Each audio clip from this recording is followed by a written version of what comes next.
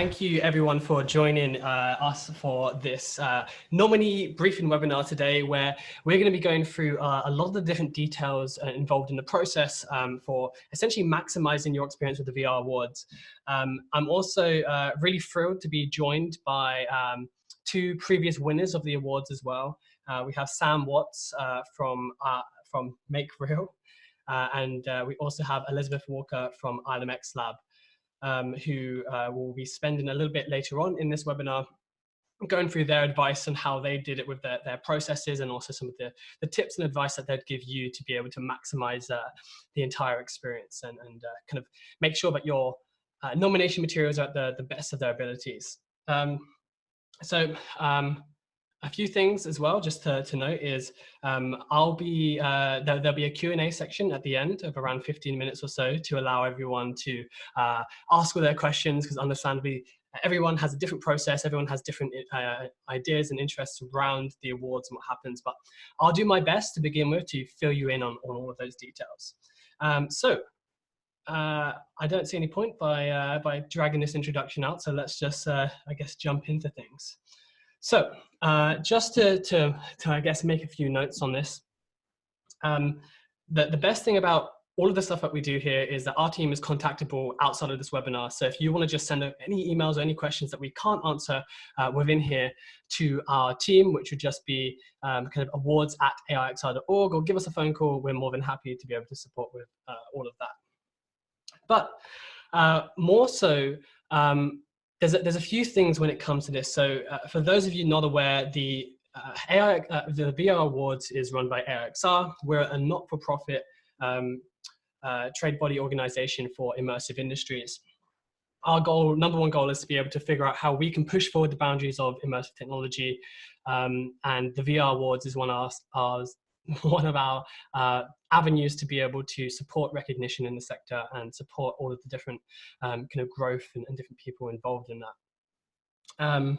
The other thing as well is that essentially as a not-for-profit organization, all of this, a lot of the work that we do, whether it's the awards or through the other initiatives that we work on, is overseen by industry for industry. So we take a lot of our pointers from our XR steering board, who help oversee the direction of what we do. One thing to note is that the awards is a separate entity when it comes to the processes of judging and nominations and things like that.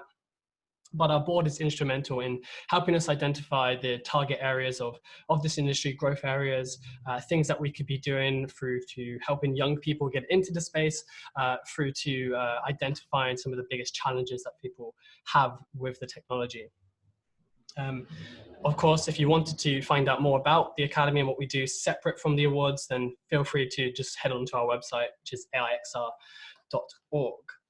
But for the materials that everyone is interested in seeing, so I like to include a few little screen grabs from the entire process, because every year we get some fantastic things, and this is actually going to be one of my top tips, regardless of anything. Which will be the fact that this entire process for you is a journey. Don't treat it as a fact of, okay, I've got to get this application in and then I'm done, and things like that. It's more of a case of the fact that we're here to try and promote the work that you're doing, support with your growth. So, you know, putting together different marketing materials and things like that, which we'll run through a little bit later on as well, is going to help you out in the long term in maximizing kind of all of the work that you're doing. But this one just kind of chuckled me when I was kind of looking at it earlier on as well. So when it comes to the dates and things like that, so obviously our nominations period has now opened. We host 2 of these briefing webinars to be able to allow people who, because these are often oversubscribed for us in terms of time zones and different things, to allow different people on different locations, and maybe someone else from your team will be involved in this process. So if you can't stay for the full webinar of this one, then there is another one on the 23rd of April. And additionally, if you wanted to get someone else from your team involved so they can learn some of the processes, feel free to invite them to that. We'll put a link up afterwards, and we'll email you all of the materials and resources after this as well to be able to support. But for the dates that matter more, so going forward, so our nominations period does close on the 21st of May. What does that mean? So it's important that you get your application registered with us by that time. And we'll touch on a little bit later, because the best thing about this is that the application process closes there, but if your project isn't officially released within that period, there is actually a grace period between then and the judging period that allows you to make sure that those materials are still submitted. But it's vital that you get those in. It's always, I look back to kind of previous years where I look at some of the stuff that has happened with that. You'll be surprised at the amount of people that we get the biggest percentage of applications in literally on the day of closure, and a lot of people emailing us for extensions and stuff. So do yourself a favor, reduce your stress, get it in way before then. You can always edit your application prior to it closing as well. There's a whole portal login for you to be able to manage the application process, which makes it a lot easier. The best thing after that is we then do announce our finalists on the 9th of July. So with that in mind, we don't release any of the information prior to that date. So you'll be notified via email on that date to take a look at online kind of statuses and stuff. We'd also be able to send you across assets and marketing materials so that you can maximize a finalist status as well. Last year, our website actually crashed from the amount of people trying to go onto the finalists webpage when it was announced. You'll be happy to know that we have migrated to bigger and better service this year to handle all of the demand with that. With that in mind as well is we want to be able to, like I said, it's a journey. We want to be able to help you maximize your status with this. So we do host a kind of briefing webinar for just our finalists, which will go through maximizing marketing. We'll have some advice from PR agencies, things such as press kit materials and information for the night of the show, and any additional materials that we might need kind of in that interim as well. And then, of course, the important aspect, which is our judging period. And I'm going to dive in a little bit in a moment into our judging and how the period works. But essentially, we have usually a 2-week period where our judges are able to review all of the materials and the applications and demos and things that are sent across into us during that kind of 2-week period. And then, of course, we have the big night, which this year is going to be on the 27th of October. And it will be hosted virtually. And we will be making it accessible to people, not just in virtual reality as well. So you will be able to catch it on kind of YouTube and Twitch and different platforms at the same time. And the winners are only announced during the show on the night. So, the categories, I guess these are kind of an important aspect, because we always get questions each year of which category is best for me. So in general, there's a rule of thumb on this is that you can nominate for more than one category. You can nominate the same project for more than one category, or you can nominate multiple projects for multiple different categories. There's no problem in that. Obviously, there's no guarantee that all of your applications will get through. You might not, it's down to the judging process on that. But the best thing is that if you haven't done so already, what I encourage you to do, and we'll put a link up, or we'll send a link to you afterwards, is download the entry kit. Because for every single one of these categories, we have 12 categories in total, is you'll be able to see the specific application criteria for every single one of these, kind of no matter what. So there is different things. For example, if you are looking at a company application, which is for Rising VR Company of the Year, and also for kind of Innovative VR Company of the Year, there's a few different stipulations for that. So it's key to check out the differences with those. But in general, the goal with our categories was to be able to define different areas of the sector, because as the VR Awards, we want to make sure that we cover the whole vertice of the VR industry. It fits in with our mission as the Academy in terms of pushing forward the boundaries, and kind of goes from there. There is one, the 13th category, which is one that nobody can nominate for. That is our VR Lifetime Achievement Award.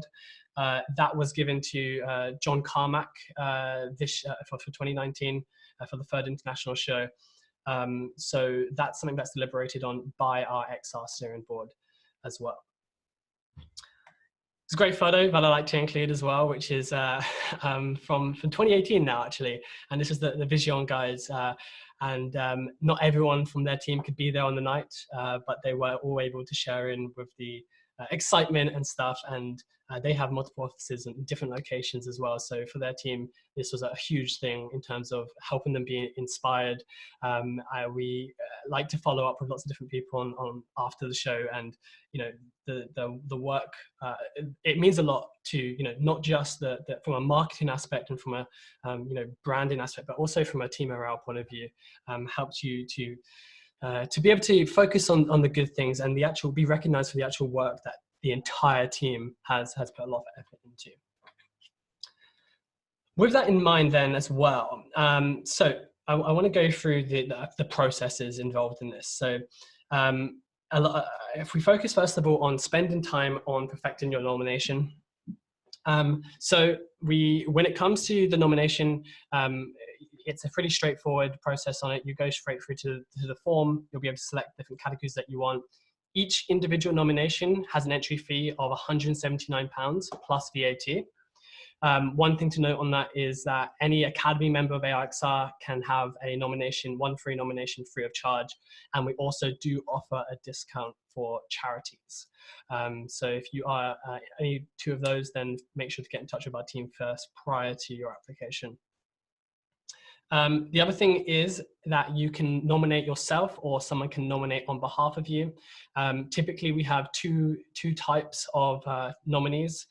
We have marketing agencies who are employed by companies to put together the nomination materials and things like that on the company's behalf, or we have the company and the team itself put together their materials internally. Either one of those kind of work well. You can, like I said before, you can nominate kind of multiple projects on this. And when it comes to unreleased projects, so this is the question that we get asked a lot, is that it's either, okay, our build is currently, it's going to be launched by X date. Is that applicable to be launched, to be included in the nominations? So yes, essentially you can include it as long as it is made public by the 1st of July. What do I mean by made public? It doesn't, if it's an enterprise application, it doesn't necessarily mean it has to be for everyone in the public to view.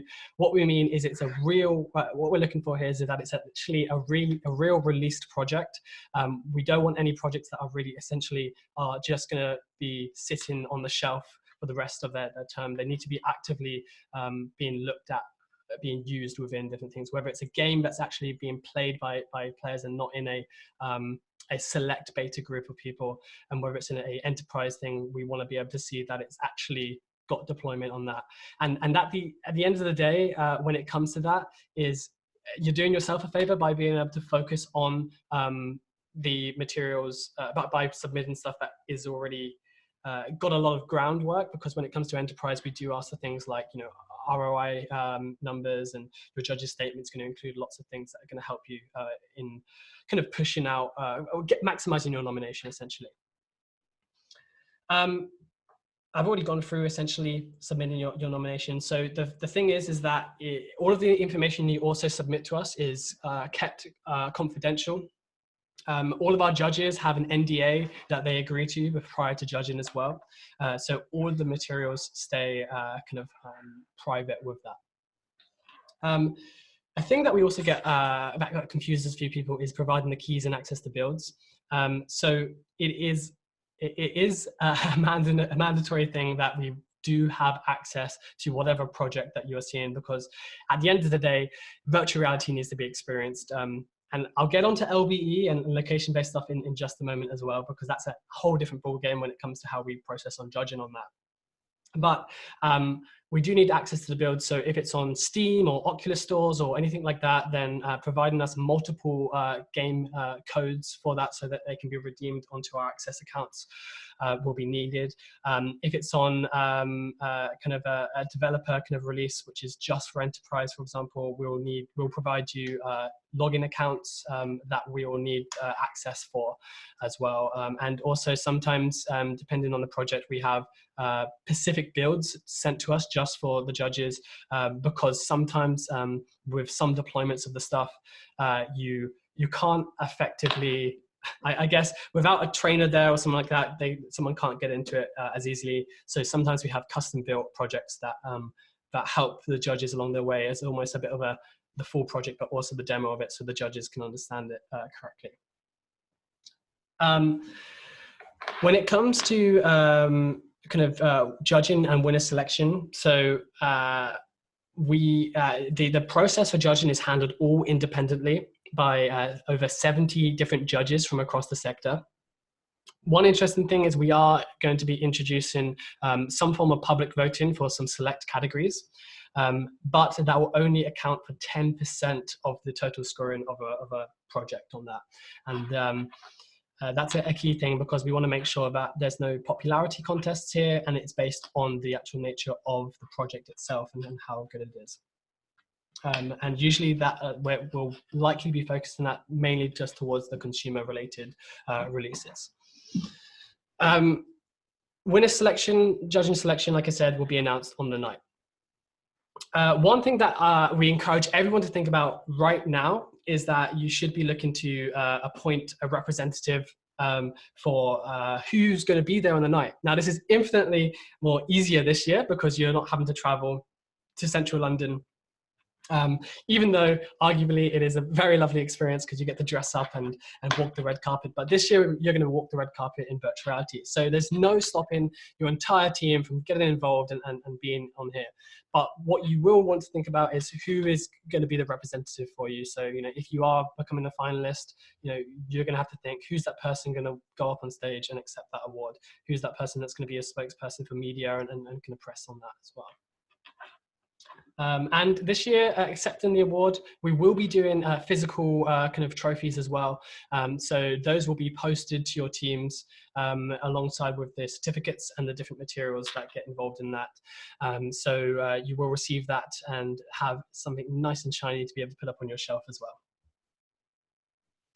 I like to include different screenshots, like I said. So, you know, this is from a distillery in 2018 as well, in terms of it's just, it really, I can't tell you enough. Our team just love being able to see all of the different things because it makes us excited, and it's all about being able to celebrate the work that you do. So I'm conscious of time and I don't want to take up too much. So apologies if I'm just rushing through this, but like I said, anything that we don't cover ground in this one, we will cover ground in the next webinar, and a lot of stuff of this is in the entry kit for you to be able to kind of fully understand. So I'm not going to go into this too much detail because I feel like it's fairly explains itself fairly well. But essentially, we have questions that remain the same for every project, no matter what different things. So every category has a few specific questions. For example, with healthcare, we want to be able to actually see examples of how it's being used on those things. And we want to see actual kind of hard numbers and some data if you have that, if possible. But every question does have specific things in terms of the main thing is a short description of the project. You want to keep it short because we will use that for marketing materials on your behalf. And also it'll be a very quick aspect for judges to be able to check that. But it's the other stuff here that gets a little bit more into. And there's two questions in particular, which are on the next slide, which I'll go through, which are the most important. But obviously we need to just run through some checkboxes. We need to make sure that the project release date is falling within the different things. If the project, this is the note here, if the project is expected to be released by the 1st of July, then that is all good. But in some cases, we know that projects overrun and deadlines happen and things like that. If it so happens that the project doesn't end up getting released by the 1st of July, your nomination will be disqualified, just on the basis that we are very clear about our criteria, and it needs to be something that our judges can actually try and actually experience. So just a key thing to note on that aspect. When it comes to the other stuff on here, pretty self-explanatory, so I won't dive into that. But these two here are the most important. So, you know, the judge's statement is your opportunity to speak directly to the judges. This is something where you get to craft your message to them. You get to talk about something in particular. What do you love most about it? This is the bulk of it, which personalizes your application beyond just the application itself, when you're just beyond actually trying the project itself. So all I can say to you from my perspective is you know, put something in there that is going to be worth your time writing and worth the judge's time reading. We don't proofread any of your applications or anything like that. So spelling, grammar, all of those things, everything that sets a good first impression for your project is still important. So make sure you get your projects, your applications proofread prior to submitting them as well before the close date. Supporting materials. Why is this one of the most important aspects of this? You won't believe some of the nominations that we get, we don't get any supporting materials whatsoever. It's so important to include things like videos, key art, and things like that. Especially, and this is where I'll dive in from an LBE perspective, is due to current world situations that we're all very well aware of, you know, it's going to be a little bit more difficult for judges and things like that to be able to experience things in such as kind of LBE, which is, we've never really had a problem with this in the past. Judges get a really good sense for different things on what's submitted for that. But your supporting materials are your strongest asset on this. Do you have behind the scenes footage? Do you have footage that is kind of key to highlighting kind of customer responses and kind of testimonials and stories on that? Do you have even drawings of you planning out the project and how it worked? Do you have kind of screenshots from select things on that? Do you even have a spreadsheet that you've put together internally for helping you determine how this is going to be, you know, how your project is going to be maximized? Things like that really, really help to have a big, long, hard think about what supporting materials you can have. Sometimes as well, and you know, in my experience, these applications tend to do quite well, is some companies like to even submit custom videos from their team talking about it, talking directly to the judges. So you can write your judge's statement and you can also speak about it if you want. Now, it's not mandatory, but my advice is if you do have the resources to be able to do that, then you know, every little helps on your application on that front. Is another quick screenshot from kind of the flight school where not all of their team could make it to the show, so they were all watching the live stream live, and I'm really looking forward to seeing a lot of different stuff from that. So I've only really got 5 more minutes to cover some ground on that. So I'm just going to give you some quick fire advice from myself. Understand the submission criteria, take the time to read it. You want to craft your application around the criteria because that's when the judges log into their portals, when they get a chance to try your experience, when they get a chance to read your materials, they are looking against a set criteria, which is what you're being shown. And they are scoring against all the various different touch points on that criteria. So try and craft your application around that. Like I said, speak to the judges directly. You know, it's as well, don't think your application has to be paragraphs after paragraphs of text. Quality applications vastly outweigh kind of quantity on different things. So be sure to answer every section kind of proficiently on this front, but make sure that you're getting it passed around the team. Make sure you're looking at these materials over before you submit them, because if you can take out a bunch of unneeded text that doesn't really provide any context to your application, do it, because you know it's just going to maximize your chances. I've already told you, add those supporting materials. I don't think I have to say that again. Making bespoke materials, I think that's more than okay. You know, internal communication is an important thing as well from our perspective, because the thing that we don't want to happen, and this has happened in the past, is you might have let's say a marketing coordinator from your team. They put together this fantastic application, they submitted it, it's gone through, and it's now in our judging process.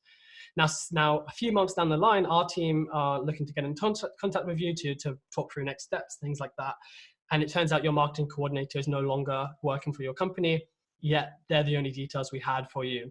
Now, our team will make every effort to get in touch with whoever they can within your company but make sure that they communicate with other people in the company, make sure you communicate with them so you're aware of your status with the VR awards, so that we don't have any issues with that. If the team isn't able to be able to get in contact with you, then we might not be able to fulfill a finalist status on those nominations as well. So it's very, very important that you work out on that. And that, therefore, on the application form this year as well, you'll see that for contact details, there is a direct contact details. So we want to make sure that we have your direct email and direct line so that we can contact you directly as the applicant, but also a company one as well. So we have the company email and company kind of phone number so the team can get in touch on a separate note as well.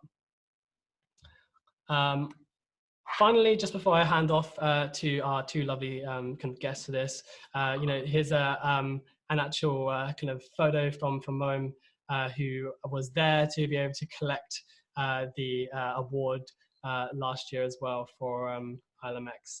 So, we love seeing these things. But let me pass over now to our previous winners. And I guess I'll just open the floor to Sam to begin with and talk through your experience. And I've muted you, Sam, so let me just unmute you. There we go. Great, thanks, Daniel. Hi, everyone. Thanks for joining. Daniel's raised most of the important points there, I think, already. I think it's just, I want to bring attention to a couple of things. So we won the VR for Training and Education Award last year with our Vodafone Working at Height experience. This is obviously a training experience based around sort of enterprise use cases. And some of the areas that we were looking at specifically in relation to this is the ROI and the sort of the KPIs and the learning outcomes that we met as a specific requirement to fulfill a strong nomination within that particular training candidate category. And as that particular sector is growing and there's a lot of competition, last year it was the third of the VR awards, so this will be the fourth this year. We're very much beyond just the wow factor and the hype of using VR for the sake of it, and that's one of the things that we've really prided ourselves in and sort of put very strongly into our nomination materials. But then, so having those specific values and metrics to show that the impact and how that experience is being used, how it is meeting those particular business or learning objectives that it was designed for to meet in the first place, is absolutely crucial for the judges to understand the validity of the experience itself. Vodafone, they had a global internal sort of desire and drive to reduce fatal incidents on the job, and through working with them and creating a demonstrator and a prototype to bring stakeholders and engage people internally, we realised that the VR is very much a strong candidate for the medium of conveying that message around the dangers of working at height. But it's more than just Rich's Planck experience. It's about the other sort of learning outcomes and the managerial empathic side of things as well. So it was very clear to ensure that we had all of that covered in a concise manner. As Daniel said, one word should be the value of 10 to keep your entries short and to the point, without too much waffle that just ends up doesn't really meaning anything. We did also sort of get nominated for a couple of other categories as well beyond the VR training one. We were nominated for Innovative Studio and also the Enterprise Solution. So if you're thinking of going in for the Innovative Studio, there's a lot of extra steps involved, and there's a lot of actual one-to-one. Well, there was last year, obviously, conditions this year, one-to-one maybe via video, but you will be sort of met and assessed and have a lot of the actual sort of business structures and pipelines and aspects of your sort of development approach rigorously sort of pulled apart and inspected by the Innovation Studio judges. It's all very friendly, but there's a lot of extra questions there which you'll need to be prepared to answer and show that you are actually doing something other than just building content in Unity or Unreal. And then in terms of the enterprise side of things, this is where we struggled a little bit in terms of actually determining which experiences should go into which category. And once we saw the other nominations, that became clear. And I think that's sort of lessons learned for us for next year or this year. The education and the enterprise side of things, just bear in mind if you're thinking about enterprise, and it's very much a solution, very much software that is available to work and has a much wider remit than just one specific sort of training purpose, and is much more of a, as the category says, a solution that can be licensed out and supported as more of a sort of SaaS type experience.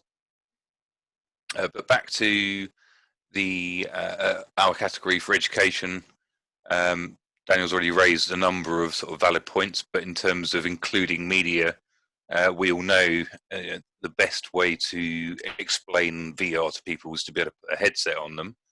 If we can't do that, then the second best way is through really quality videos and media content showing mixed reality videos. What is the actual experience like? What do you do when you're going through it? How does it make you feel? And being able to sort of build up that journey and that sort of whole story around the experience in terms of the concept art, the design iterations, the specific processes that have gone through to ensure that the end product that's being assessed is actually the very best possible, and ultimately provide as much feedback as you can. If you're working with clients specifically, get them involved in it, especially getting them to the show. It makes them feel much more engaged, and you're not just trying to sort of ride on their sort of coattails of their name, and they will be able to add additional sort of feedback and testimonials to really help bolster your particular nomination and submission. And ultimately that all adds up, because sort of showing the value and the actual sort of genuine purpose and outcomes of why your particular experience is sort of should be chosen over the others that have been nominated. Winning for us is great. We had been nominated not the year before that. I think it was the very first year. So to actually attend and win, and it is all on the night. You are waiting for that envelope to be opened, and you are waiting for whether your name's going to be read out. Although I wasn't at the event itself, getting the feedback and seeing the videos and seeing the pre-event build up and excitement amongst those who were attending, it's a genuinely spectacular evening, and to actually come away with that physical, solid, very nice, shiny trophy, certainly, to bring it back to the team and to it really helps sort of pay off all that hard work that's gone into developing that particular experience. And you can support that, and AIXR and VR Awards support you. There's a lot of coverage around on social media and a build-up on the night itself and afterwards.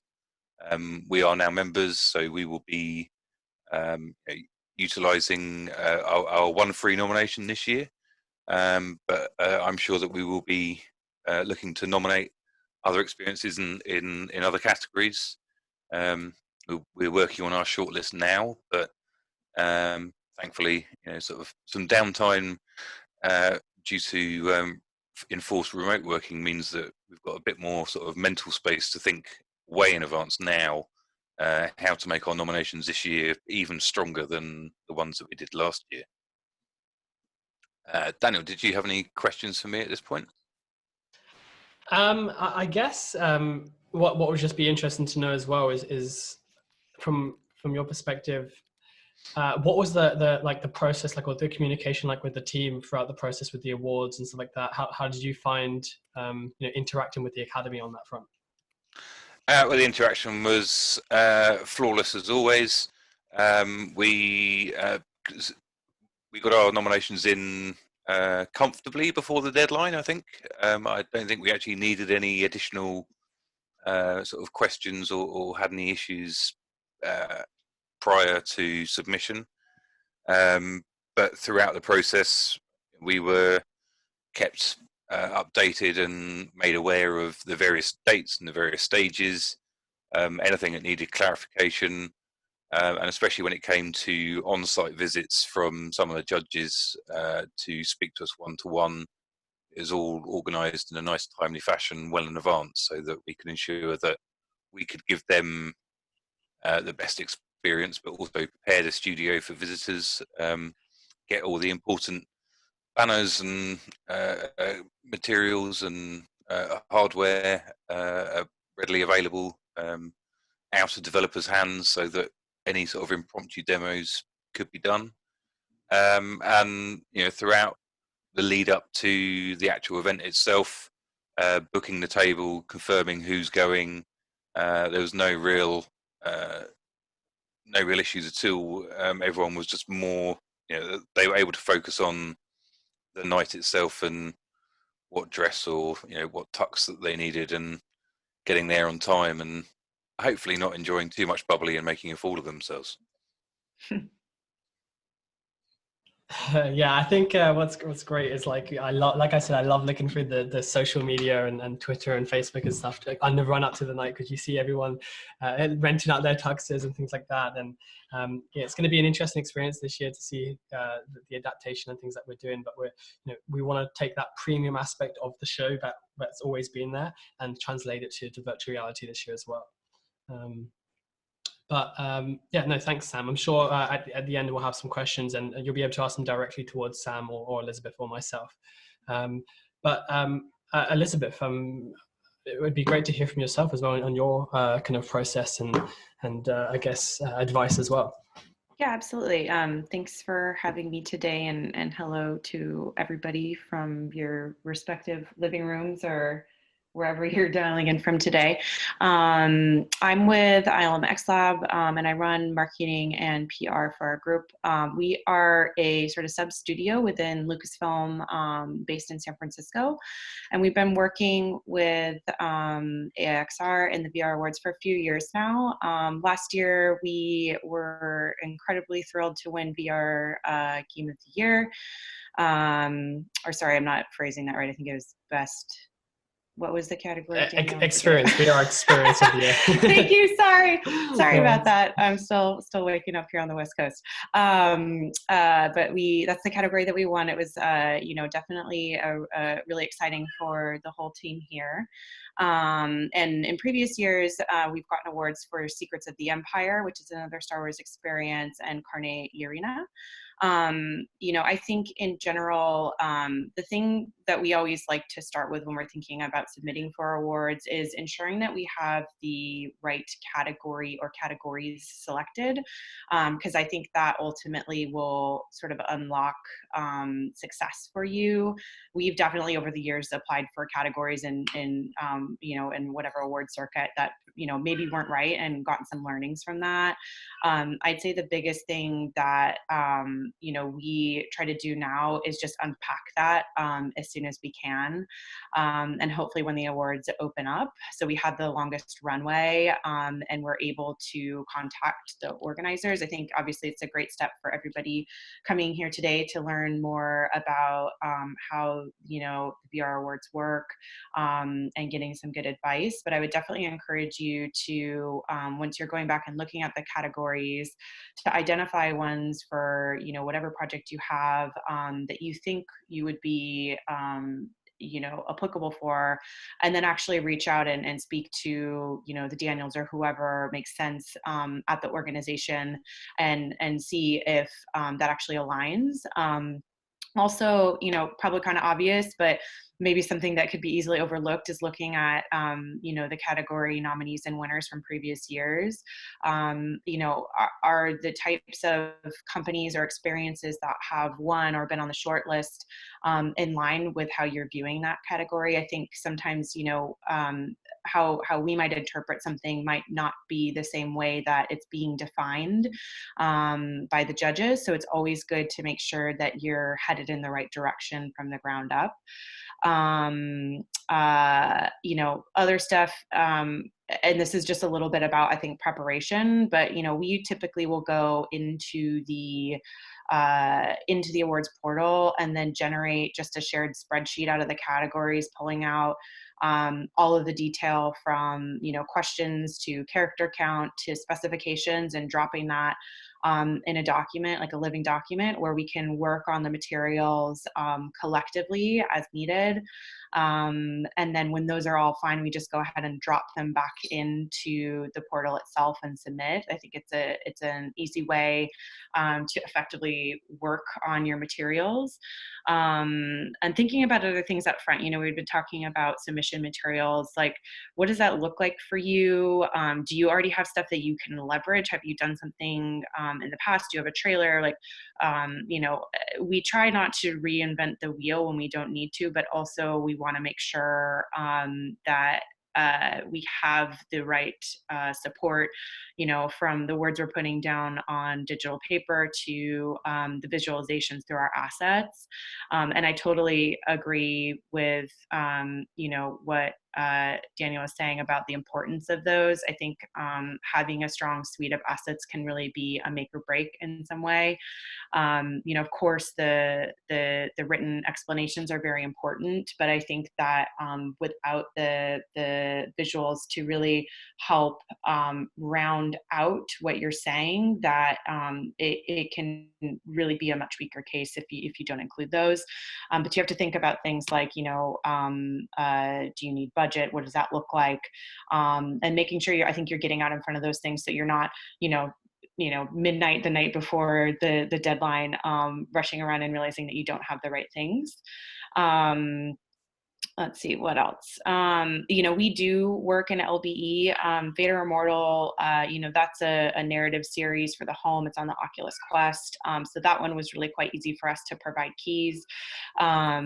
For previous years, Star Wars Secrets of the Empire and Carne Arena, those are location based. So trying to figure out solutions to, getting people to actually experience the project. I think luckily for us, when we were, sorry if you can hear my cat meowing in the background, by the way, she's here with us.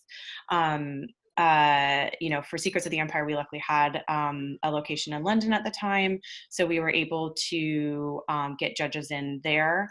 But you might want to think around, like, if your LBE is in a place where judges are not located, how might you best communicate that through your visual materials? And also, what are your parameters?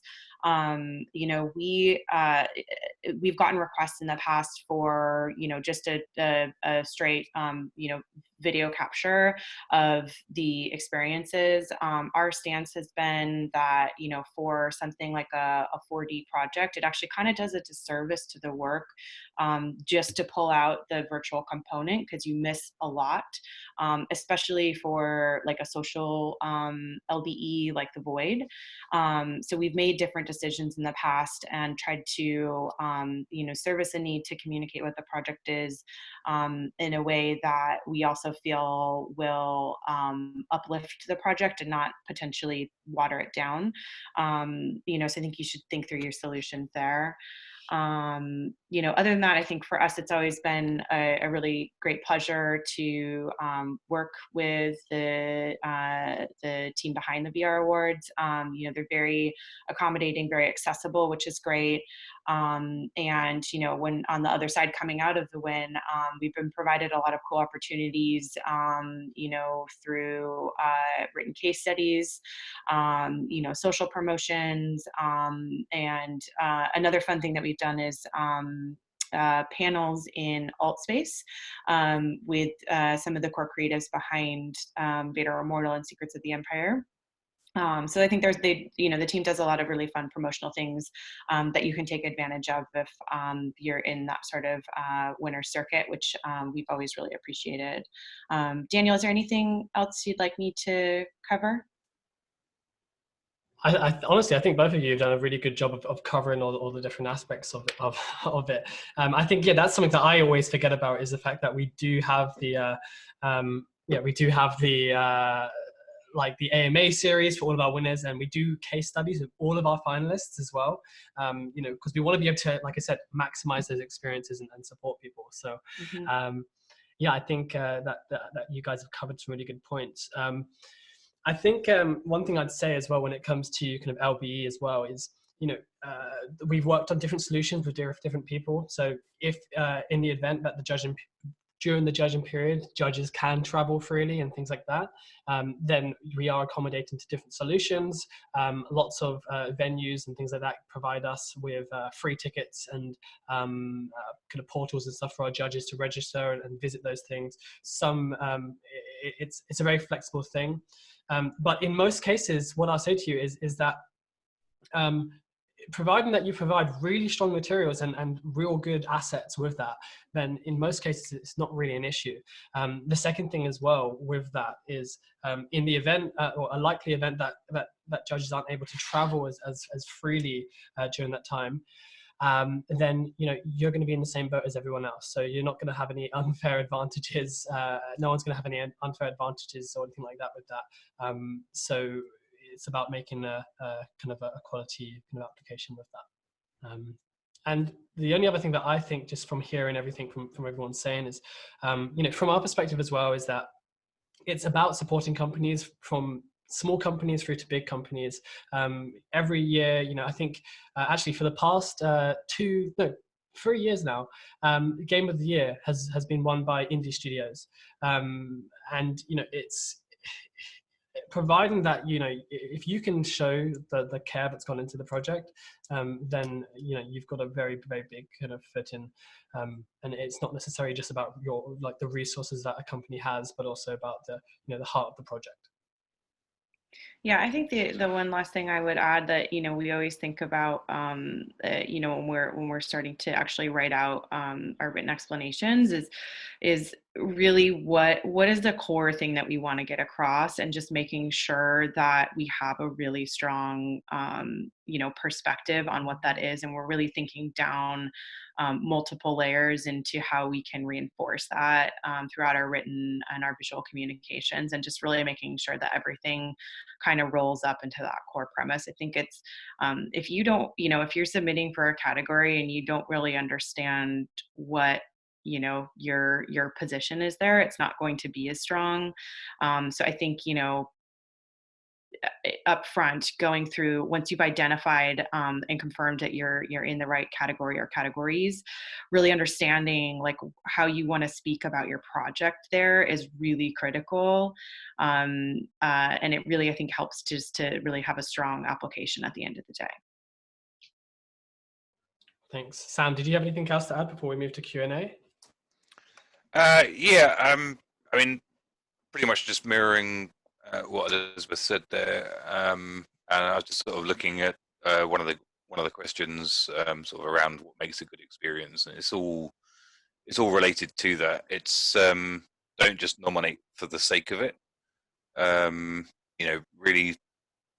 Really think long and hard that your nomination is valid and has a chance of winning, and then do everything that you can to support that.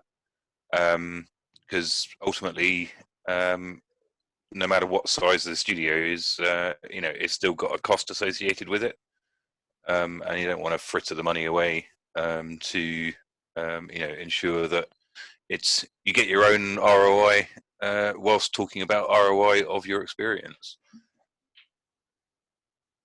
Thanks. So yeah, what I'd just like to encourage now is kind of anyone that wants to put forward any questions based on what they've heard now.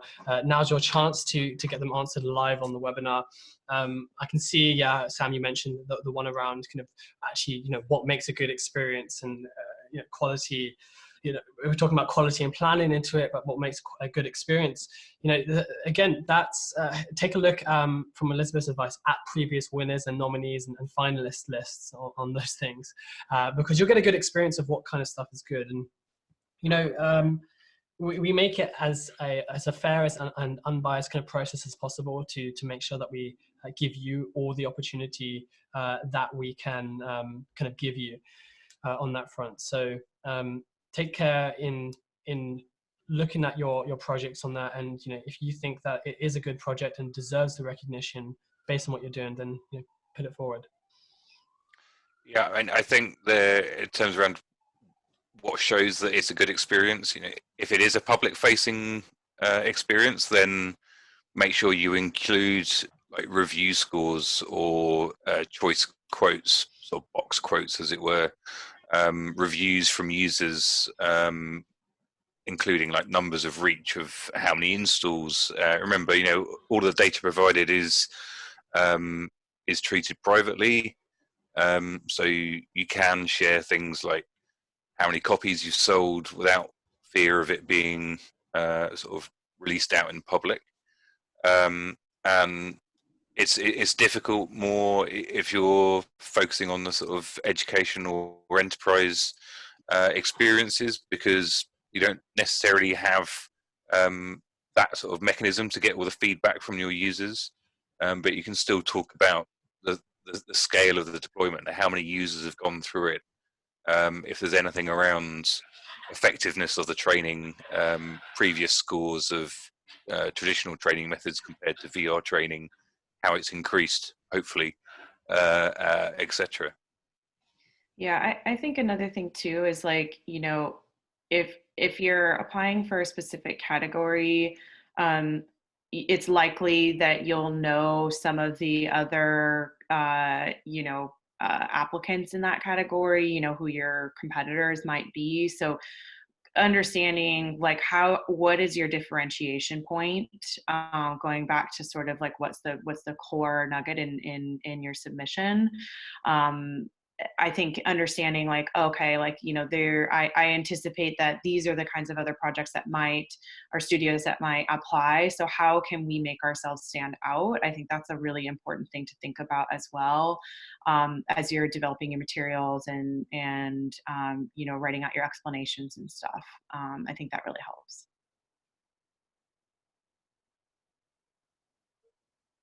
So I think we've got another question, which is, do applicants receive any feedback from the judges? So in answer to that, we get on average between 300 to 400 applications or nominations per kind of year on this basis.